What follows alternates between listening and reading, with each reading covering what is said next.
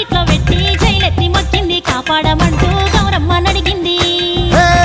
ఆడబిడ్డలు ఇంటింట నిందే అమ్మ నాన్న గుండెంతో పొంగే సత్తి పిండి సకినాలు చూస్తే నోటి నిండా ఊరిల్లూరే. పొద్దున్నే తమ్ముళ్ళు లేచి పూల కోసం బయలెల్లి ఉరికే. శాపపరిచి వాకిళ్ళలోన చెల్లెళ్ళంతా బతుకమ్మ పేర్చే.